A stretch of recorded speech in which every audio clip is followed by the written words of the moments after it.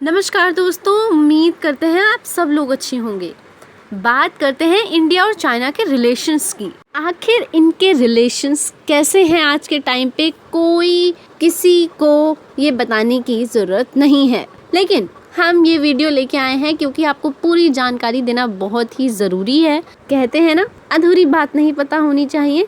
शुरुआत करते हैं आपका बिना टाइम वेस्ट करते हुए। बता दें आपको कि इंडिया और चाइना के रिलेशंस बहुत ही ज़्यादा ख़राब इसलिए हो रहे हैं, गलवान घाटी उसका एक बहुत ही बड़ा मुद्दा है जिसको बॉर्डर के नाम से आप लोग जान सकते हैं। बॉर्डर डिस्प्यूट इनके बीच इतना बड़ा मुद्दा है कि इनकी लड़ाई शांत ही नहीं होती है और कहीं ना कहीं ऐसा लगता है युद्ध की नौबत ना आ जाए। सुना ही होगा 15 जून 2020 को भारतीय और चीनी सैनिकों ने एक विवाद में भाग लिया था जिसमें कि हमारे 20 सोल्जर्स मारे गए थे। बहुत ही ज़्यादा शर्मनाक बात थी। खुद हमारे भारत में सोल्जर्स का इतना खून खौल रहा था, लेकिन फिर भी हम आपको बता दें कि आखिर ये मुद्दे इतने बढ़ते क्यों हैं चाइना के साथ। और इंडिया में कहीं ना कहीं ये सहमति जाहिर होती है कि ये जो भी बॉर्डर डिस्प्यूट हमारा इंडिया और चाइना के बीच चलता है ये काफ़ी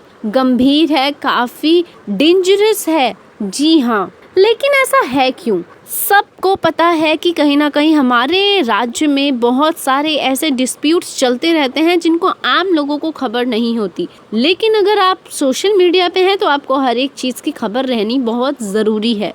अच्छा ठीक है, बात कर लेते हैं आखिर इन दोनों के झगड़े इतने चलते क्यों रहते हैं। पहले भी बताया था, सीमा विवाद। जी हाँ, बॉर्डर डिस्प्यूट इनके बीच बहुत ही गंभीर मुद्दा है जिसकी वजह से इन दोनों के देशों के बीच बहुत ही विश्वास की कमी है और कहीं ना कहीं इन लोगों के संबंध इसीलिए बहुत ही घट रहे हैं। कहीं ना कहीं दोनों देशों के बीच ये भय बना रहता है कि आपस में विदेशी नीतियां गलत इस्तेमाल ना की जाएं भविष्य में।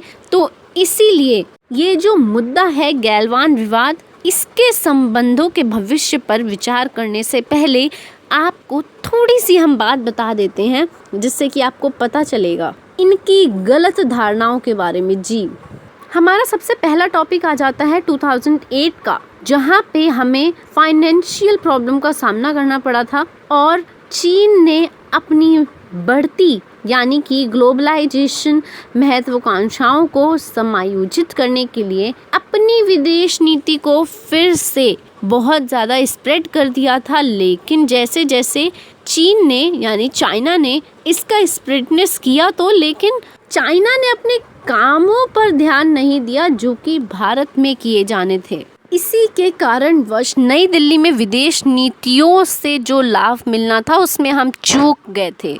इसी के कारण भारत में बहुत सारी सोचें उत्पन्न हो गई थी और कहीं ना कहीं लोगों को लग रहा था कि अब हम लोग पीछे रह जाएंगे और हमारे साथ ये गलत हुआ है।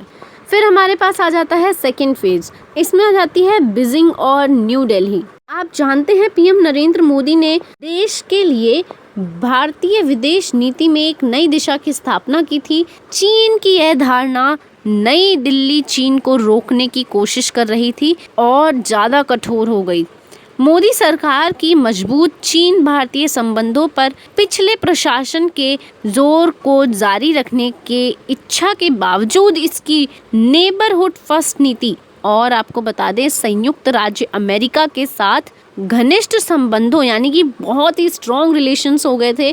चीन में बहुत ही ज़्यादा नेगेटिविटी को माना जा रहा था, बहुत ही ज़्यादा नेगेटिविटी स्प्रेड हो रही थी चीन में और यही बहुत बड़ी वजह है कि हमें अपनी आर्मी फोर्स को बढ़ा देना बहुत ठीक लगा।